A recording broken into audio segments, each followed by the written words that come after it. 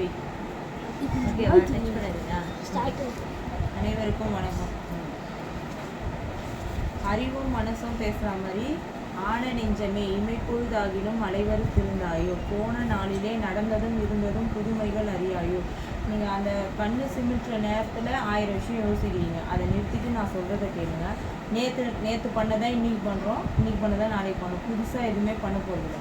அதனால் அதெல்லாம் பண்ணுறதெல்லாம் நிறுத்திட்டு ஒரு நிமிஷம் பாருங்கள் அப்படின்னு. ஈனமாகியே கவலையை நீக்கி. கவலைப்படுறதே ஈனமான விஷயம் இல்லை. கவலைப்படுறோம் ஏதாவது ஒரு விஷயத்தை நினச்சி கவலைப்பட்டுனே இருக்கோம். அந்த கவலைப்படுறதெல்லாம் நிறுத்திட்டு நான் சொல்கிறத கேளு. ஐம்பொறியில் இணங்காமல், இந்த கண்ணு காது மூக்கு சொல்கிறதெல்லாம் கேட்காம நான் சொல்கிறத கேளு. கவலைப்படுறதுனால தான் நோய் வருது உடம்பு. கவலைப்பட்டால் அது தேவையில்லாத ஒரு இது மாதிரி சொல்ந்து அது நோயாகும். எதை நினச்சும் கவலைப்படக்கூடாது. அதுதான் காலைல சாயந்தரம் 2 வேளை மெடிடேஷன் பண்ணணும். அந்த கவலையே இருக்காது. இதுதான் யோகா.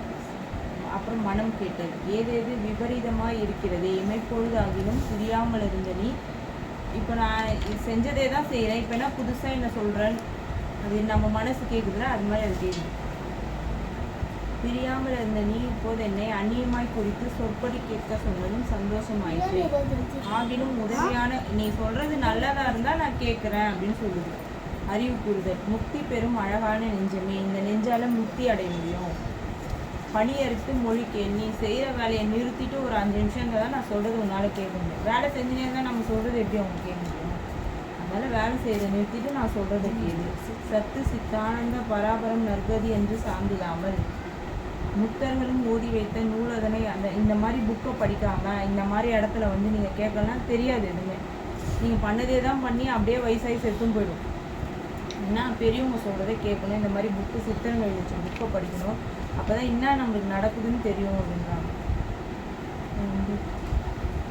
மனம் கேட்டல். ஆயினும் யாதும் பரத்தை சாரவில்லை எனினும், நூலில் உள்ள பொருளை அறிந்து முனை கொள்ளவில்லை எனினும், பக்தி நிலையில் நிற்கவில்லை எனினும், சிந்தனையை அறுக்கவில்லை எனினும், நான் புக்கையும் படிக்கல, பக்திலையும் இல்லை, யார் சொல்லுது நான் கேட்கவே இல்லைன்னா செஞ்ச வேலையை தான் செஞ்சுருந்தேன் இவ்வளோ நாளான்னு மனசு சொல்லுது.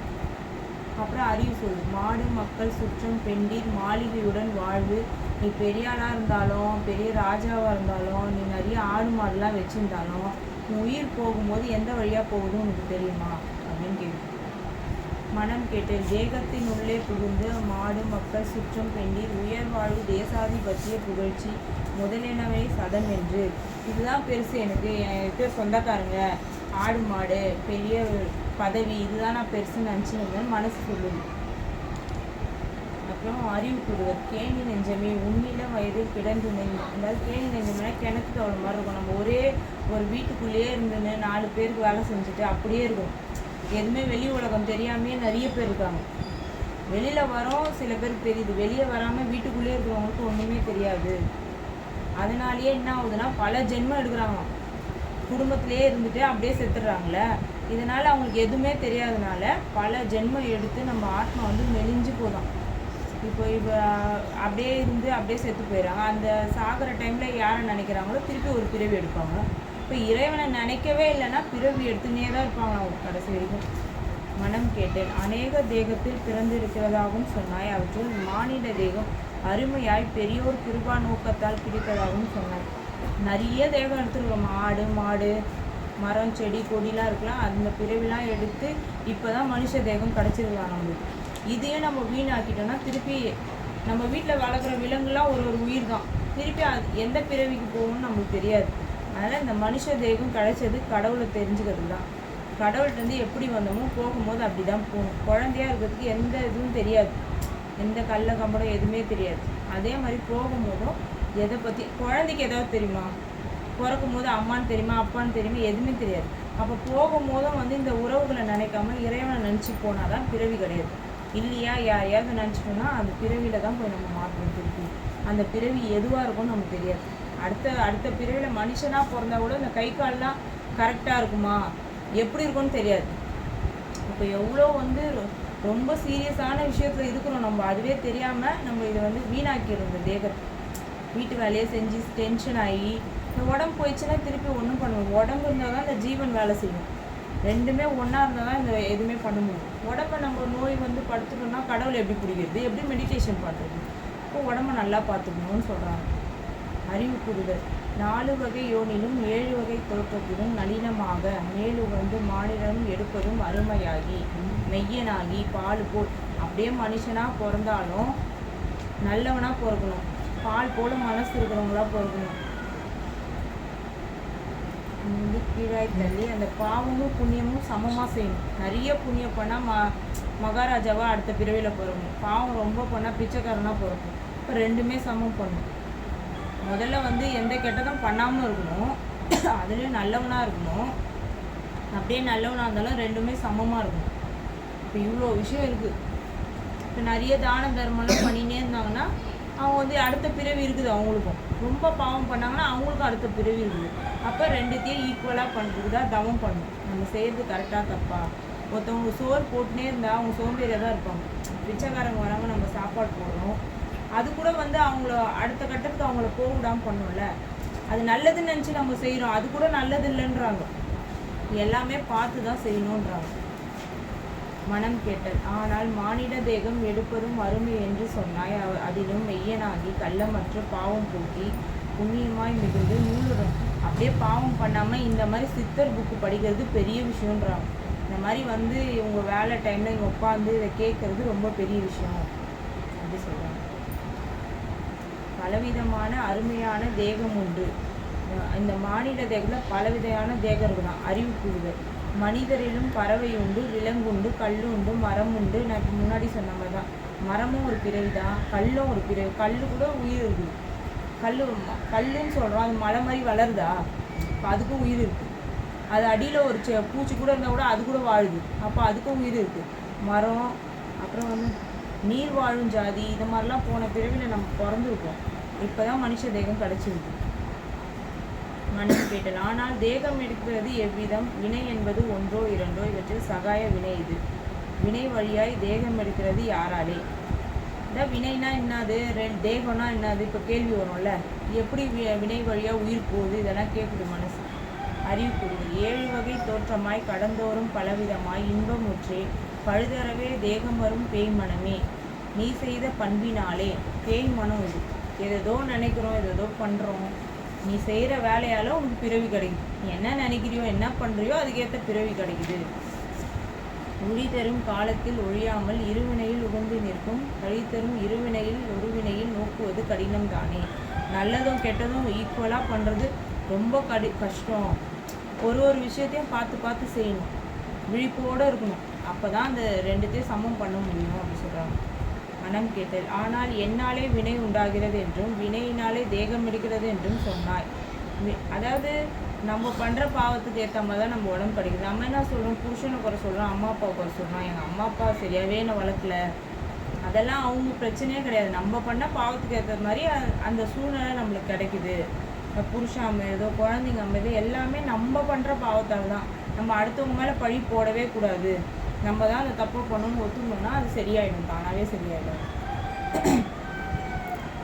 மனவாக்கு காயத்தால் மருவும் செய்கை மலர் மனம் போல் உறும் ஜென்ம மயக்கத்தாலே இனமாக்கும் பிறவியில் விழுந்து கொண்டு எத்தனையோ ஜென்மத்தில் இறக்க செய்யும். அதான் இதை தெரியாமையே எத்தனையோ பேர் பிறந்து இறந்து போய் பிரம்மாவே சிருஷ்டி செஞ்சு கலைச்சி போயிட்டாராம். ஒருத்தருக்கு எத்தனை பிறவி கொடுப்பார் அவர்? ஒருத்தரே 1000 பிறவி எடுத்தால் அவர் என்ன பண்ணுவார்? எத்தனை கோடி பேர் இருக்காங்க, எத்தனை பேருக்கு அவருக்கு கணக்கு வழக்கு பார்த்து அவர் உருவம் கொடுக்குறது ரொம்ப கஷ்டப்படுறாங்க. அப்போ அதை உணர்ந்துட்டாங்கன்னா பிறவி கிடையாது, அவருக்கும் வேலை கிடையாது. பிறவி இல்லைன்னா முக்தி ஜீவ சமாதின்றது, அடுத்த பிறவிக்கு போக மாட்டாங்க. பிறவி இப்போ கடவுளாக இருந்தால் கூட பிறவி எடுத்தால் கஷ்டம்தான். அதை தான் போன இதுவில் கூட சொன்னேன். இப்போ ஏசப்பா சாய்பாபாலாம் எவ்வளோ ஷீரடியில் கஷ்டப்பட்டார். அந்த படத்தெல்லாம் பார்த்தீங்கன்னா தெரியும். ஏசப்பா எவ்வளோ கஷ்டப்பட்டார். சிலுவையை எடுத்து கையில் அடித்தாங்களே, அவருக்கு இவ்வளோ வலிச்சிருக்கும். அவர் நல்லதானே செஞ்சார். அப்போ அவங்களே பூமியில் அவ்வளோ நம்ம கஷ்டப்படுறத பற்றி பெருசாக பேசுகிறோம். கடவுளே எவ்வளோ கஷ்டப்படுறாங்க. இந்த பூமியில் வாழ்கிறது அவ்வளோ கஷ்டம். அதுலேயும் நல்லவங்களாக இருக்கிறது ரொம்ப பெரிய விஷயம். ஏன்னா நான் கரெக்டாக போனால் கூட யாராவது நம்மளை கெடுத்துட்டு வருவாங்க, ஏதாவது தப்பாக வழியில் போவோம், தப்பாக பேசுவாங்க. இதுலேருந்து நம்மளை காப்பாற்றிக்கிறது ரொம்ப கஷ்டம். கடவுளாலே தப்பிக்க முடியல. அப்போ நம்ம வாழ்கிறோன்னா நம்ம பெரிய விஷயம் தான் இது இல்லை. நல்லது சொன்னால் அவ்வளோதான், அவங்கள ஒரு வழி பண்ணிவிடுவாங்க. மனம் கேட்டல். ஆனால் பிறந்தாலும் இறந்தாலும் வேதாகம சாஸ்திர சொற்படி நடந்தாலும் தேவேந்திர பதவி பிரம்ம பட்டம். அதான் நீ ரொம்ப புண்ணியம் பண்ணிட்ட, நீ தேவராக பிறக்கலான்னாலும் வேணாம், நீ கடவுளாக பிறக்கலான்னாலும் வேணான்றாங்க. இப்போ நம்ம கடவுளை பார்த்து வரம் கேட்டோன்னா என்ன கேட்போம்? நல்லா வீடு வாசல் சொத்து சோகம் இதெல்லாம் கேட்போம்ல. இதெல்லாம் வச்சு யாரும் கேட்குறது? அப்போ கடவுளை பார்த்தா என்ன கேட்கணும்னு நமக்கு தெரியாது. இப்போ என்ன பண்ணுவாங்க, பெரிய ராஜாங்கெல்லாம் நிறைய யாகம் வளர்த்தி தேவர்களாக கூட ஆவாங்க. தேவர்களாக ஆனாலும் அங்கேயும் பிரச்சனை இருக்கும். கடவுளானாலும் பூமிக்கு நம்மளை காப்பாற்றி ஆகணும், அவங்களுக்கும் பிரச்சனை இருக்குது. இப்போ எல்லாருக்கும் கஷ்டம் இருக்குது. அதனால பிறவியே வேணாம், முக்திகள். இறந்துட்டோன்னா பிறவி இருக்குது. நல்லது பண்ணால் சொர்க்கத்துக்கிட்டு போயிட்டு திருப்பி பிறவி கொடுப்பாங்க. கொஞ்ச நாள் அங்கே வச்சுட்டு அங்கேயே வச்சுருக்க முடியாது, திருப்பி பிறவி கொடுத்து பூமிக்கு அனுப்பிச்சிருவாங்க. அதனால் எதுவுமே வேணாம், முக்திக்கான வழி தான் இது. அறிவு கூறுதல். முந்த ஜென்மமாம் புண்ணியம் மிகுந்திரில் முக்தி உண்டாகும், பிந்த ஜென்மமாம் பாவமே மிகுந்திரில் பெரியோர் துயராகும். அந்த இரண்டையும் மந்தமானதொரு புராணமும் வேதமும் படைத்ததும் அறியாயும்.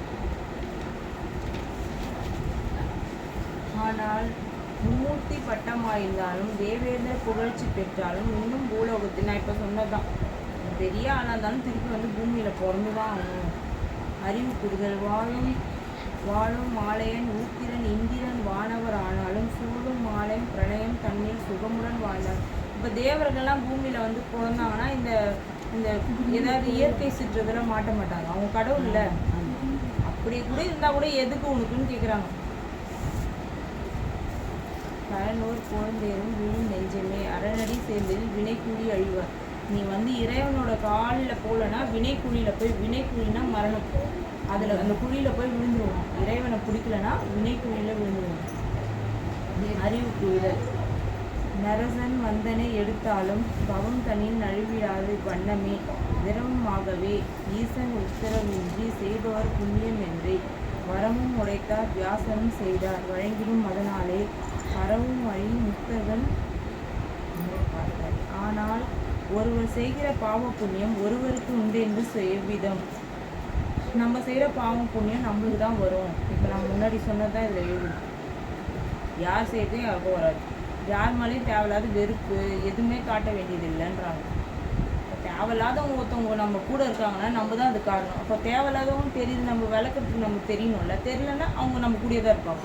அப்போ எல்லா பிரச்சனைக்கும் நம்ம தான் காரணம். அவங்கள சொல்கிறதே வேஸ்ட்டு அப்படின்றாங்க.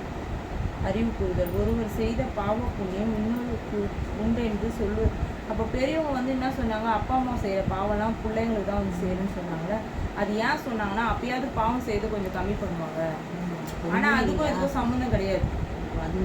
அது உண்மையே கிடையாது. ஏன்னா அப்பயாவது பாவம் பண்ணுறது கம்மி பண்ணுவாங்க. அம்மா அப்பாவை பார்க்கலன்னா உனக்கு பாவம் அப்படின்னு சொன்னாதான் அந்த பசங்க போய் அம்மா அப்பாவை பார்ப்பான், இல்லைன்னா பார்க்காது. அதனால பெரியவங்க சொன்னது. தந்தை தாய் பெண்டு பிள்ளை துணையும் ஆகும். வரும் வியாதிகளும் வினைதான் அல்லோ. நம்மளுக்கு வர வியாதிலாம் வினைதான். நம்ம செஞ்ச பாவத்துக்கு தான் நோய் வரும். அப்போ எப்படி கடவுள் அதை தீர்த்து வைப்பார்? இப்போ நீங்கள் பாவம் பண்ணியிருக்க, அது நோய் கொடுத்தா அது அந்த பாவத்தை கழிப்பார். நோய் வர்றது தப்பு கிடையாது. அப்பப்போ அந்த பாவத்தை கழிச்சிடணும்.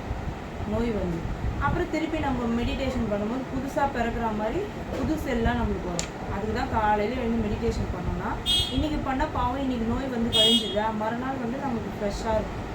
ஆனால் அந்த நோய் வர்றது தப்பு கிடையாது. அப்போ இந்த பாவம் வேணாம், எனக்கு நோயே வரக்கூடாது, எனக்கு எந்த பிரச்சனையும் வரக்கூடாதுன்னா இதெல்லாம் அப்படியே சேர்ந்துட்டே போய் இது ஒரு பிறவி எடுத்து இதை கழிக்கிற மாதிரி இருக்கும். இதுக்கு ஒரு பிறவி எடுத்து இந்த நோயெல்லாம் நம்ம திருப்பி அனுபவிக்கணும். அதனால் இன்றைக்கி பிரச்சனையாக வந்துச்சா அனுபவிச்சுக்கணும். அடுத்து நாளைக்கு நம்ம காலைல கடவுள்கிட்ட ஒப்படைச்சிட்டு அப்புறம் அந்த நாளை ஸ்டார்ட் பண்ணோன்னா நல்லாயிருக்கும். பெருசாக வர்றது சின்னதாக வரும், வராமலாம் இருக்காது, எல்லாமே வரும். தந்தை தாயும் பெண்டு பிள்ளை துணையும் மாமோ. மக்கள் பெண்டு தந்தை தாய் வாங்கி கொண்டு பெருகும் இன்னொரு நம்ம செய்கிற பாவ புண்ணியத்தில் இன்னொருத்தவங்களுக்கு கொடுத்துட்டு போயிடலாமான்னு கேட்குது. அறிவு அதெல்லாம் கொடுக்க முடியாது. நீ செய்கிற புண்ணியமாக இருந்தாலும் உனக்கு தான் வரும், நீ செய்கிற பாவமாக இருந்தாலும் உனக்கு தான் வரும். நான் திருஷ்டாங்கம் கண்டு நீ தெளிந்திடாயோ. நீ இதெல்லாம் படித்து தெளிவாயிடுன்றாங்க. மனம் கேட்டல். அப்படியானால் புராணத்தில் ஒருவர் செய்த பாவ புண்ணியம் மற்றவருக்கு என்பது பொய் சொல்ல வேண்டியது என்ன? இப்போ நான் சொன்னதுதான். அப்போ ஏன் அவங்க பொய் சொன்னாங்க? அப்பா அம்மா புண்ணியம் பண்ணால் பிள்ளைங்க வரும், நீ ஏன் பொய் சொன்னாங்கன்னா அறிவுக்குது. பாசமந்தமானதொரு மூடர்கின்ற பற்றுதலை வெய்யாவிட்டால் நம்ப மாட்டாங்க.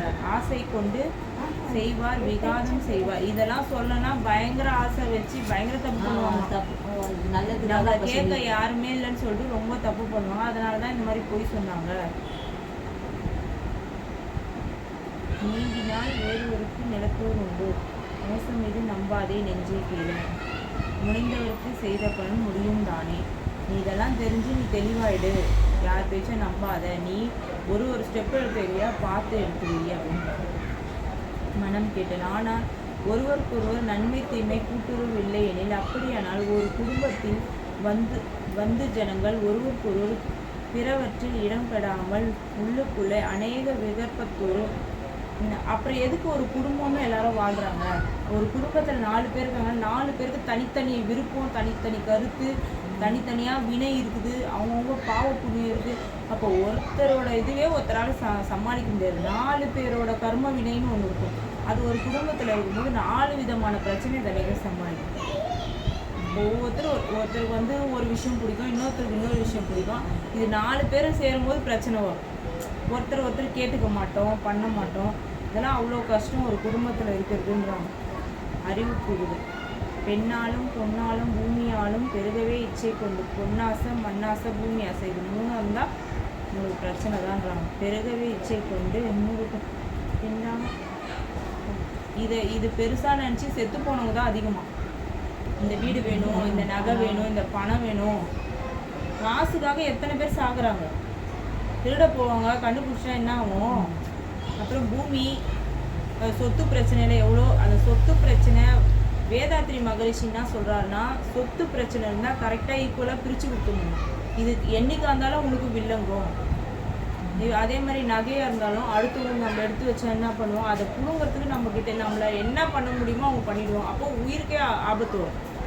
அதே மாதிரி தான் பெண்ணாசை, அடுத்தவங்க இதுவை பார்க்குறது, அடுத்தவங்க பொண்டாட்டியை பார்த்தா என்ன ஆகும்? அவங்க வீட்டுக்காரர் வந்து இவனை வெட்டுவான். அப்போ என்ன ஆகும்? பிரச்சனை வரும். இல்லீகலாக எது பண்ணாலும் பிரச்சனை வரும். அதுதான் வேதாத்ரி மகரிஷின்னு தான் சொல்கிறாங்கன்னா, எதையுமே சட்டப்படி கரெக்டாக பண்ணுங்கள். எப்படி வேணால் வாழலான்னு நினச்சா பின்னாடி உங்களுக்கு பிரச்சனை ரெடியாக இருக்கும்.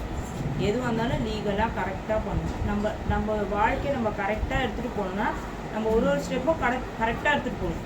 நம்மளை இன்னொருத்தவங்க கேள்வி கேட்காத அளவுக்கு நம்ம கரெக்டாக இருக்கும். ஒருத்தர்கிட்ட ₹1 கடன் வாங்கினா திருப்பி கொடுத்துடணும். அதை வச்சுட்டு இருக்கக்கூடாது. அது கொடுக்கலன்னா பிரச்சனை தான். இது ₹1ன்றது அது லட்சக்கணக்காக மாறுச்சுன்னா அது சும்மா ஒரு 30,000 40,000த்துக்குலாம் எத்தனையோ பேர் உயிரெல்லாம் விட்டுருக்காங்க. அப்போ அந்த பண விஷயம், நகை விஷயம், பொண்ணு விஷயம், இது எல்லாத்துலேயும் கரெக்டாக இருக்கும். இப்போ தேவையில்லாத ஏதோ ரவுடி பொண்ணு போய் ரவுடி பொண்ணு போய் லவ் பண்ணால் என்ன ஆகும்?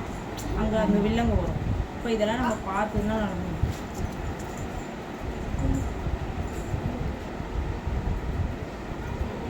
கண்ணாலே பார்த்து நீ சுகம் கண்டாயோ, கவலைக்கு ஆளாகி கருத்திருந்தாயோ, புண்ணாகி பிறப்பிறப்பில் புகுந்துட்டாயோ. யாரோ ஒருத்தவங்க பங்களா வச்சுருக்காங்க, நம்மளும் வச்சுக்கணும். அதில் என்ன கட்டாயம் இருக்குது? யாரோ ஒருத்தவங்க நகை போட்டிருக்காங்க, நம்மளும் போட்டுக்கணும். யாரோ அழகாக பொண்டாட்டி கட்டிக்கினாங்க, நம்மளும் அழகாக. நம்மக்கிட்ட இருக்கிறது நம்மளுக்கு பிடிக்காது, அடுத்தவங்க கிட்ட இருக்கிறது எல்லாமே பிடிக்கும். நீ அந்த பங்களா உள்ளே போனாலும் அந்த பங்களா உங்களுக்கு பிடிக்காது, அடுத்த பங்களாவுக்கு போய்டும். இப்போ நம்ம கையில் எது இருக்குதோ அதை வச்சு சந்தோஷப்படணும். அடுத்த லெவலுக்கு முன்னேறதுக்கான வழியை பார்க்கணும். அடுத்தவங்களை பார்த்து நம்ம எதுக்குமே அலையக்கூடாது. அது அவங்களுக்கு கிடைக்கணுன்றது தான் விதி இருக்குது, அவங்களுக்கு கிடச்சிருது. அதுக்கும் நம்மளுக்கு என்ன சம்மந்தம் இருக்குது? அதை பற்றி நமக்கு தேவையே இல்லை. மனம் கேட்டல். ஆனால் வினை வழியே உயிர் தேகத்தை விடும்போது இனிமேல் தேகம் எடுக்கிறது எந்த தெய்வமோ அதை தெரியும்படி சொல். நம்ம உயிர் போகும்போது நம்ம தேகம் நம்ம எதை நினைக்கிறோமோ அது வழியாக தான் நம்ம உயிர் போகும். அதை பற்றி உங்களுக்கு தெரியுமா? எதுவுமே தெரியாது. சாப்பிட்றோம், சமையல் பண்ணுறோம், வேலைக்கு போகிறோம், தூங்கிடுறோம். அப்போது என்ன நடக்குதுன்னே நம்ம தெரிஞ்சுக்கிறது இல்லை. அப்போ நம்ம உயிர் போகும்போது இப்போ ஒரு பொண்ணு வச்சுக்கிறோம், பொண்ணு மேலே பாசம். ஏதோ பெட்டு அனிமல் வச்சுருக்கோம், அது மேலே பாசம். அப்போ அது அவங்க வீட்டில் போய் நம்ம பிறப்போம். நம்மளுக்கு இது தேவையா? பூனையெல்லாம் வளர்க்குறோம், பூனை மேலே பாசம் வச்சுக்கிறோம். அது இது எதனான்னா நம்மளுக்கு எதனானா அந்த பூனையாக மாறிடும். அந்த உயிர் போகிற டைமு ஒரு செகண்டு. அப்போது நம்ம உறுப்புகளாக செயல் இழந்துடும். அந்த டைமில் நம்ம எதை நினைக்கிறோமோ அது வழியாக உயிர் போயிடும். அதுக்கு தான் எப்பயுமே குருநாதா குருநாதான்ற வார்த்தை நாக்கில் இருந்ததுன்னா நம்ம உயிர் போகும்போது அந்த வார்த்தை வரும். அப்போ குருநாதன் நம்மளை வந்து காப்பாற்றிடுவோம். எனி டைம் எதை எடுத்தாலும் என் குருநாதான்னு சொல்லணும்னா இதுதான். அந்த டைம் இப்போ நம்ம தூங்குகிறோம், அந்த டைமில் போகும். எந்த டைமில் போகும் நமக்கு தெரியாது. நம்ம பிறந்துட்டோம், ஆனால் இறக்குற டைம் யாருக்குமே தெரியாது. அப்போ எனி டைமும் நம்ம எது வேணால் நடக்கலாம். அப்போ எனி டைமும் குருநாதா குருநாதான்னு சொல்லிகிட்டே இருக்கணும். அப்போ சொல்லும் போது குருநாதரை வந்து காப்பாற்றிடுவோம். மெடிடேஷன் பண்ணணும். அப்புறம் குருநாதன் நாக்கில் எனி டைம் இருந்துகிட்டே இருக்கணும். அது எந்ததே மறக்கவே கூடாது. காலைல நைட்டு நடுவில் நம்ம செய்கிற வேலை எல்லாத்துலேயுமே அதை நம்ம சொல்ல சொல்ல நம்மளுக்கு எப்பயுமே பாதுகாப்பு அதுன்னு.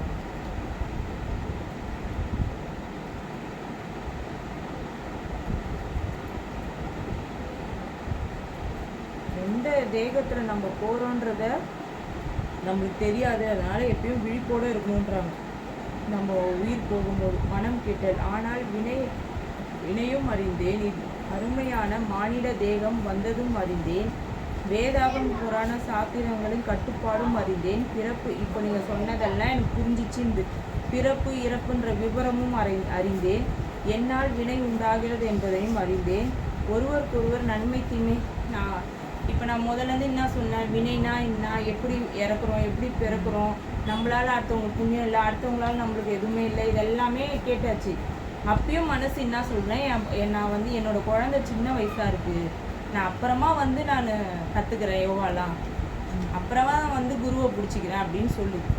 அப்போது வந்து அறிவு கேட்குது. இப்போ உயிர் வந்து எடுக்கும் போது நீ சொல்லுவியா, ஒரு நாள் எனக்கு டைம் கொடு, என் குழந்தைய பார்த்துக்கணும்னா சொல்ல முடியுமா? சொன்னால் தான் அவங்க கேட்பாங்களா? கேட்க மாட்டாங்க. முதல்ல எல்லாத்தையும் செயலழுக்க வச்சுட்டு எடுத்துகிட்டு போயிட்டே இருப்பாங்க. அந்த டைம் வரைக்கும் தான். அது ஒரு நிமிஷம் கூட உனக்கு எக்ஸ்ட்ரா கொடுக்க மாட்டாங்க. ஒரு நாளோ ஒரு நிமிஷமோ எக்ஸ்ட்ரா கிடைக்காது. அப்போது எதுவுமே பெருசு கிடையாது. குழந்தையா இருந்தாலும் சரி, யாராக இருந்தாலும் சரி, நீ விட்டுட்டு போயிட்டு தான் இருக்கணும். அப்புறம் எதுவுமே சொல்ல முடியாது. அதனால் இப்போவே இறைவனை பிடிச்சிக்கோ, எந்த ரீசனும் சொல்லாத அப்படின்னு சொன்னான். நீ இறைவனை பிடிச்சின்னா உன் குழந்தைக்கும் பாதுகாப்பு, உனக்கும் பாதுகாப்பு. குழந்தை தான் முக்கியம்னா 2 பேருக்குமே பாதுகாப்பு கிடையாது. அதனால் யோகா கிளாஸ் வர்றதோ, மெடிடேஷன் பண்ணுறதோ, குருநாதர் திருச்சியில் இருக்காங்க அவங்கள வந்து பார்க்குறதோ, அதுக்கெல்லாம் எந்த ரீசனும் சொல்லக்கூடாது. பூஜை நடக்கும்போது வந்து பார்க்கணும். ஐயா உங்களுக்கு இது எத்தனையோ ஜென்மத்தில் செஞ்ச பாவம்லாம் இருக்கும், அதெல்லாம் ஐயா எடுப்பாங்க. எடுத்துகிட்டு உங்களை சுத்தமான ஆத்மாவை ஆக்கின பிறகு தான் உபதேசம் கொடுப்பாங்க. சாதாரணமாக கொடுத்துட மாட்டாங்க. ஒருத்தருக்கு ஃபஸ்ட்டு வாட்டிலே கொடுக்குறேன்னு சொல்லுவாங்க, ஒருத்தருக்கு 3-4 வாட்டி வர சொல்லுவாங்க. அதெல்லாம் எடுத்ததுக்கு அப்புறம் தான் கொடுப்பாங்க. கொடுத்துட்டு அந்த மெடிடேஷனை கற்றுக்கின்னு கடவுள் உங்களுக்குள்ளே தான் இருக்கிறாருன்றதை அவங்க சொல்லுவாங்க. அவங்க பண்ணி வச்ச தவத்தெல்லாம் உங்களுக்கு கொடுப்பாங்க. உங்களையும் சித்தராக மாற்றணும். இங்கே வந்து குறி சொல்கிறதோ இல்லை உங்களுக்கு நல்லது சொல்கிறதெல்லாம் கிடையாது. நீங்களே தவம் பண்ணி உங்களுக்கு என்ன நடக்குதுன்னு நீங்களே தெரிஞ்சுக்கலாம். என்கிட்டையும் யார்கிட்டையும் கேட்கணுன்னு அவசியம் இல்லை. நீங்கள் அதை கற்றுக்கினீங்கன்னா நீங்களே வீட்டில் உட்காந்து பண்ணிங்கன்னா என்ன நடக்குதுன்னு உங்களுக்கே தெரியும். நீங்களே அந்த இறைவனை அடையலாம். இதுக்கு ஒருத்தவங்க வந்து தான் உங்களுக்கு பண்ணணும்னு இல்லை, கற்றுக் கொடுத்துட்டாங்கன்னா நீங்களே பண்ணிக்கலாம். அவரெல்லாம் இருக்க அதான் யமன் அழைத்திடல் யாது செய்வாய் அழகு நெஞ்சமே. இவர்கள் பிழைக்கும் வகை திரும்பி வந்து சொல்ல முடியுமா? உயிர் போயிடுச்சுன்னா திரும்பி வந்து நான் என் குழந்தைய பார்த்துட்டேன்னு சொல்ல முடியுமா? அப்படிதான் கேட்குதாரு. மனம் கேட்டல். ஆனால் அறியலானேன், இனிமேல் பாசபந்தத்தில் வீழ்வேனோ? எல்லாமே புரிஞ்சுட்டேன். இனிமேல் பாசபந்தத்தில் நான் விழ மாட்டேன். திருவடியை அடையாமல் இருப்பேனோ? ஆனால் இன்னும் கொஞ்ச காலம் பொறுத்துதான் திருவடியை அடைவதற்கு ஏது பண்ணி கொள்ளக்கூடாதோ? இப்பொழுதே துணிந்து கொள்ள வேண்டுமோ? இவ்வளோ கேட்டுச்சு, இன்னும் கொஞ்ச நாள் பொறுத்து வந்து பண்ணலாமா? ஆனால் என்ன சொல்லுவாங்க, வேலை வெட்டிலாம் விட்டு திருச்சிக்கு சுற்றிட்டு இருக்குதுன்னுவாங்க. உயிர் போச்சுன்னா யாரை நீங்களே வந்து கொடுக்க போகிறீங்க? அதுதான் எனக்கான ஜீவனுக்கான முக்கியமான வேலை. இங்கே நடக்கிறதெல்லாம் தேவையில்லாத வேலை தான். நம்ம எதுக்கு வந்தோமோ அதை விட்டுட்டு தேவையில்லாத வேலைலாம் பண்ணிவிட்டு அப்படியே செத்து போயிடும். அதனால தான் இப்பயே போய் இறைவனை பிடிச்சிக்கணும். நாளைக்கு உயிரோடு இருப்போமான்னு என்ன கேரண்டி இருக்குது? இப்போ இன்றைக்கி கூப்பிட்டாங்கன்னா இன்றைக்கே போயிடணுன்றாங்க. எந்த ரீசனும் சொல்லாதீங்க. உங்களை பார்த்துக்க கடவுள் இருக்காரு. உங்களையே உங்களால் பார்த்துக்க முடியாது, அடுத்தவங்களை நீங்கள் எப்படி பார்த்துப்பீங்க? இதெல்லாம் அது அவங்கவுங்களுக்கு என்ன, இந்த எக்ஸாம் இன்றைக்கி எழுதணும், இதில் பாஸ் ஆகணும், ஃபெயில் ஆகணும், இதெல்லாம் அவங்க இறைவன் தீர்மானிக்கிறது. அவங்களோட முயற்சி 2வது. நீங்கள் ஒன்றும் பண்ண போகிறதில்ல. அதனால் உங்கள் ஜீவனை நீங்கள் பார்த்துங்க.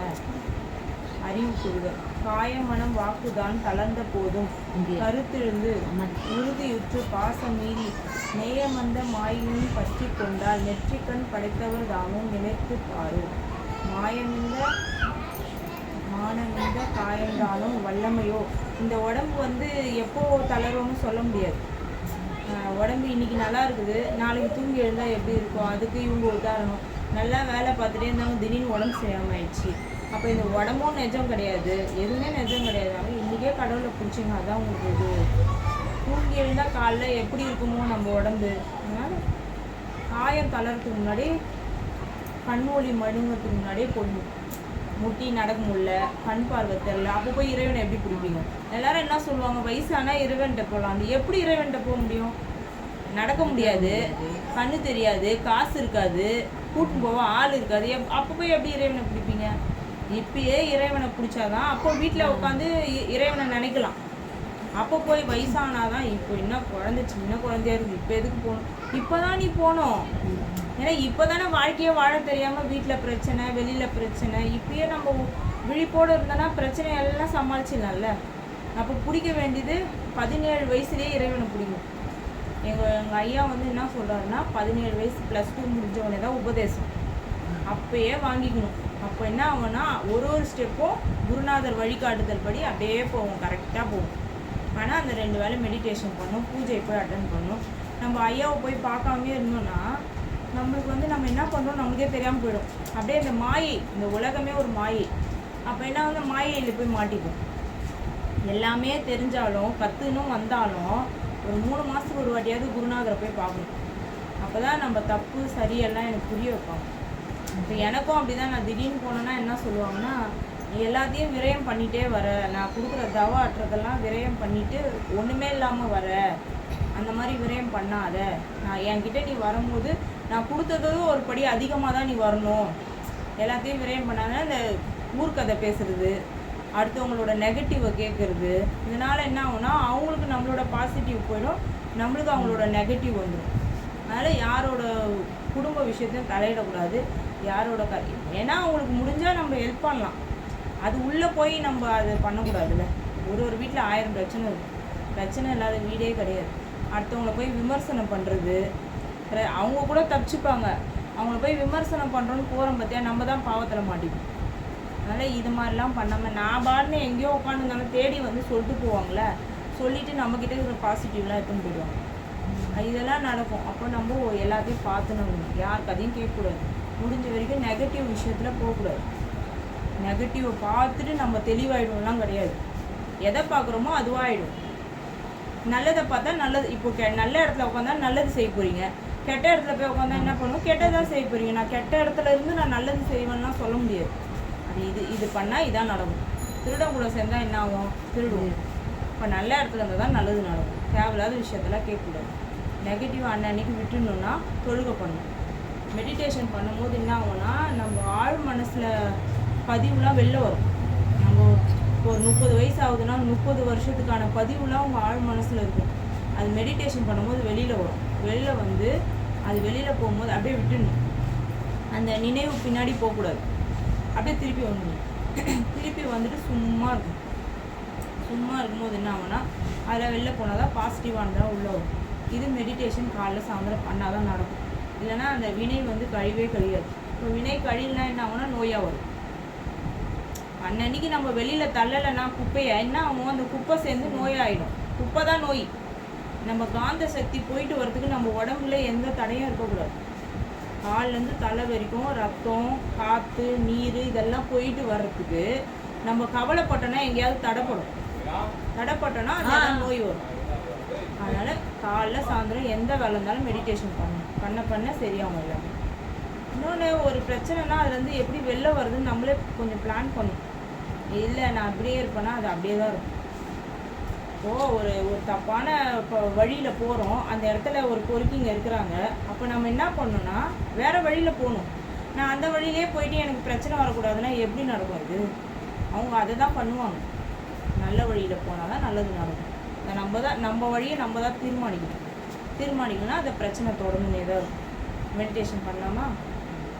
மெடிடேஷன்றது வந்து நம்ம சுற்றிலும் தெய்வீக ஆற்றலே நிரம்பட்டுன்னு 3 வாட்டி சொல்லணும். இந்த காற்றுல வந்து நல்ல சக்தியும் கெட்ட சக்தி எல்லாமே நிறைஞ்சிருக்கும். நம்மளோட நெகட்டிவ் எண்ணம் கூட அது காற்றாக சுற்றும். இங்கே நம்ம நல்லது நினைப்போம், கெட்டதும் நினைப்போம், அது நெகட்டிவாக காற்றுல சுற்றும். அதனால் நம்மளை சுற்றி தெய்வீக ஆற்றலே நிரம்பட்டுன்னு 3 வாட்டி சொல்லணும் மெடிடேஷன் பண்ணுறதுக்கு முன்னாடி. அப்புறம் வந்து குருநாதரோட மந்திரத்தை சொல்லிவிட்டு சின்முத்திரையில் ஒரு 1/2 ஹவர் சும்மா இருக்கும். அவ்வளோதான் மெடிடேஷன். சரியா?